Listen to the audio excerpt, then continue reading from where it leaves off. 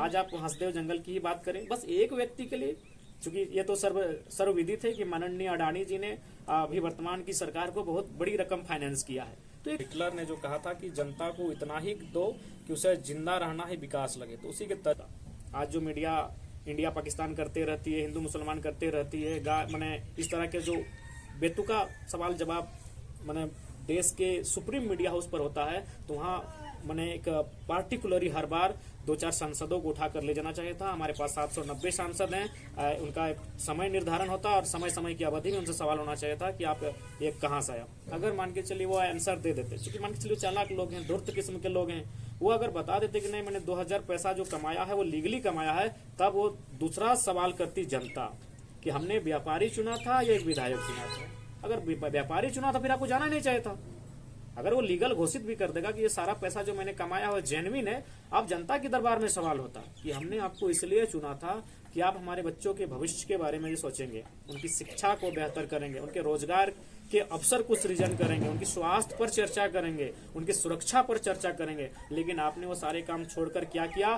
केवल और केवल अपनी आने वाली 100 पीढ़ी को देखा। मैं दावे के साथ कह सकता हूं कि हमारे राज्य में जितने भी MP MLA हैं, अगर 10 से 15% को निकाल कर बाकी जितने बचेंगे, मुझे लगता है आने वाले 200 सालों तक वो बैठकर खाएंगे, इतना पैसा उन्होंने कमा लिया है।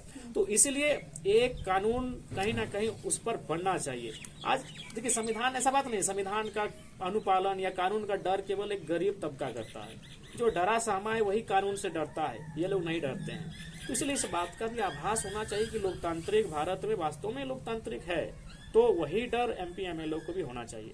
ये मैं बहुत गंभीर बात कह रहा हूँ जिसको पूरा देश को फॉलो करना चाहिए। नहीं तो आज देखिए आने वाले दिन होगा 2047 तक, अभी जो विकसित भारत का कार्यक्रम चल रहा है या फिर जो भी एक कार्यक्रम चल रहा है हर जगह पर, तो निश्चय हो सकता है भारत 2047 तक एक विकसित भारत के रूप में आ जाएगा। लेकिन यहाँ के जो आम व्यक्ति हो विकसित भारत का हिस्सा नहीं बन पाएंगे। वो ऊपर भारत विकसित हो सकता है, दुनिया के सामने आप रिप्रेजेंट भी कर सकते हैं कि हमारा भारत विकसित है।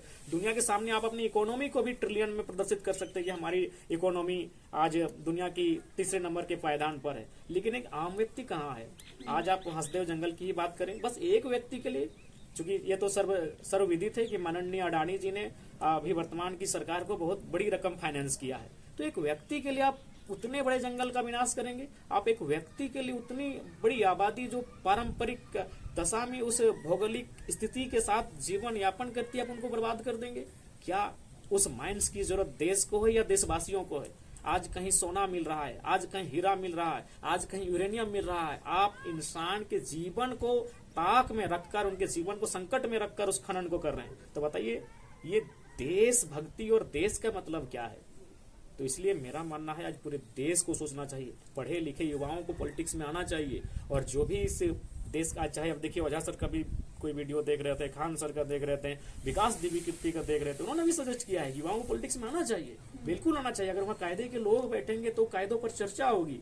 लेकिन युवा बोलता है कि नहीं आई हेट पॉलिटिक्स। वो आई हेट पॉलिटिक्स नहीं करता है, वो आई हेट कंट्री से करता है, क्योंकि भारत एक पॉलिटिशियन कंट्री है, यहाँ पॉलिटिशियन इस कंट्री को चलाएंगे। इसलिए जो युवा इस बात को कहते हैं कि आई हेट पॉलिटिक्स, इसका मतलब आप कंट्री से ही हेट करते हैं, क्योंकि कंट्री और पॉलिटिक्स एक दूसरे के पूरक हैं, आप इनकार नहीं कर सकते हैं। तो मेरा मानना है कि कायदे से बैठने वाले कम से कम युवा चुनकर जाएं जिनमें पॉलिटिकल अनुभव और खासकर वो डाउन टू अर्थ हो। अगर डाउन टू अर्थ नहीं होगा तो कोई बदलाव नहीं आएगा। नहीं तो फिर हम भी जाकर उसी परंपरा को फॉलो करेंगे, हम भी उसी प्रथा को फॉलो करेंगे, और उसी व्यवस्था में अगर हम लिप्त हो जाएंगे तो हमारी पॉलिटिक्स में आने का कोई मतलब ही नहीं होता।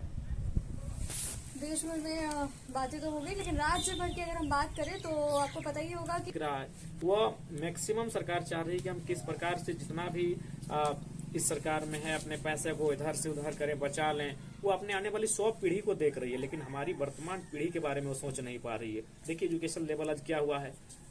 तो इसलिए मेरा मानना है कि विजन होना चाहिए। अगर जो सदन के भीतर जो लोग बैठे हैं उनके पास विजन, हम लोग बोलेंगे हम लोग कुछ एक्स्ट्रा थोड़ी करेंगे, हमने कभी थोड़ी कहा कि हम जादू की छड़ी घुमा देंगे या फिर हम कोई मंत्र फूंक देंगे और अचानक चमत्कार हो जाएगा। बस हम जो वर्तमान में जो बैठे MP MLA कर रहे हैं उन कामों को नहीं दोहराएंगे। उदाहरण के लिए मान लीजिए कि हाल ही फिलहाल में कुछ मीडिया लोगों के मैंने अनुभवी, उनकी उम्र लगभग 50 से 60 के आसपास सभी की थी, 6-7 लोग सब बैठे थे। उन्होंने एक संसद का नाम गिनाया, अभी चूंकि हम नाम नहीं डायरेक्ट लेते हैं, बोला कि उनके पास 50,000 करोड़ की संपत्ति है।